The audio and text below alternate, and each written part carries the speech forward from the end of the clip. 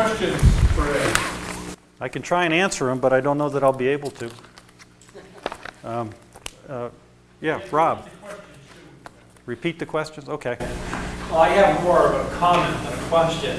When you're talking about the brain size, and that the bigger the brain isn't necessarily smarter.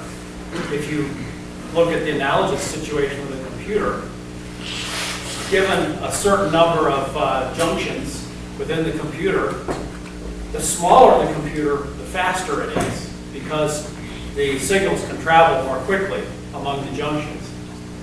If you make the computer, the CPU, too big, then it takes longer for those signals to travel along.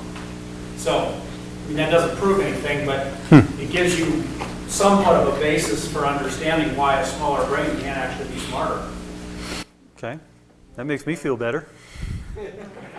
Brian, would it work if I carried this microphone to people so they could speak into it? Yeah, feedback. Is that all right to do that? Okay. Who's next? Back here. I don't know. Maybe I can speak without the. Okay. Let's do it so it gets on whatever Brian's got going there. Aldous Huxley said that it was liberating, but actually, sin is the worst slavery of all. No, I don't argue with that. It's too late to convince him of it, though. Much too late. Who is next? Jim. I think John Morris has a book, and I read different answers to different questions. And in it, there's an example of a conversation with a molecular biologist. And he doesn't believe in evolution at all. There had to be a designer, there had to be a creator. But yet he professes evolution because he has to.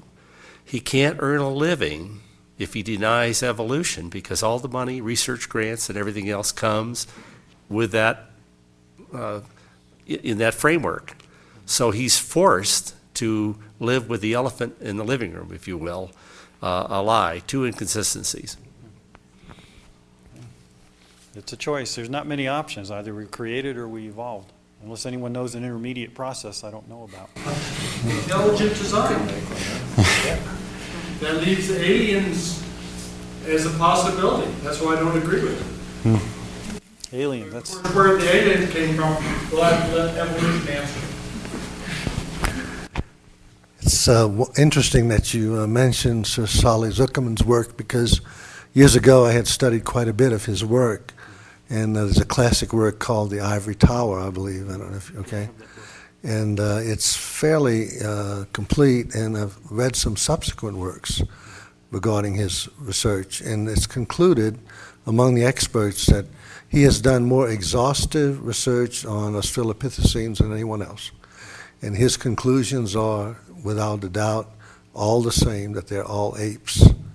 There's no evidence of human characteristics in any of them. So I think if we look at the person who did the most research on the fossils and drew these conclusions, not a creationist, but drew these conclusions, that's what we ought to accept.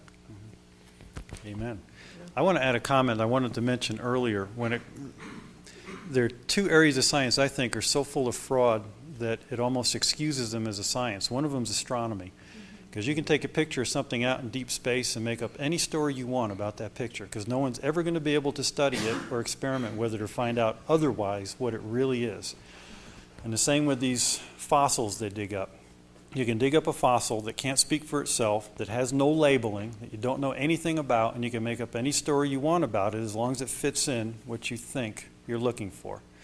So I agree with Zuckerman. I don't know that there's much science left in the field, if any. But between in all the sciences, I think the greatest amount of fraud and baloney is in astronomy and paleontology.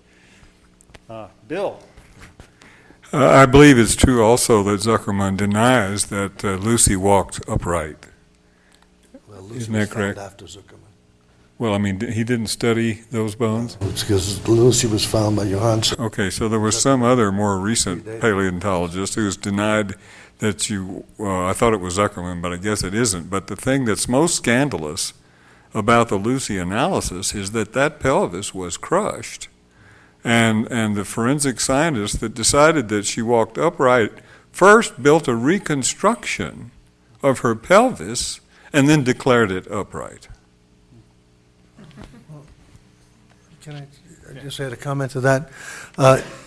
It was also known that Johansen presented his data at a technical meeting, and when they asked all the specific questions about the issues that you're talking about, he evaded them. And they made a laughing stock out of it. They He got just... fired by his boss. Yeah, right, he got fired, yeah. Fun, huh? Can we take a safari to go find a missing link? Can we take a safari to find a missing link? We can certainly try. Yep. I think most of the missing links that you'll ever find are in a thing we call joint session of Congress. But that's just my opinion. Any other questions? Comments? Let's make up a story about the footprints. Do what? Let's make up a story about the footprints. The humans evolved because they ate meat, and they grew stronger and more intelligent as their brain grew. And I mean, you can make up a story about anything. So let's just, I mean, that's why the giraffes remain plant eaters and it's the same. The giraffes don't eat meat, huh? They didn't have lion footprints or something like that in there. So the thing that distinguishes us from the animal kingdom is Big We can make up Macs. stories. We can make up stories too. Okay. Gary, you got something? Do what? Giraffes do eat meat. They do? The females, every time they give birth, they let the afterbirth off of the baby. That's gross. Okay. Okay. Anybody else? Questions or comments? Looks like we're done.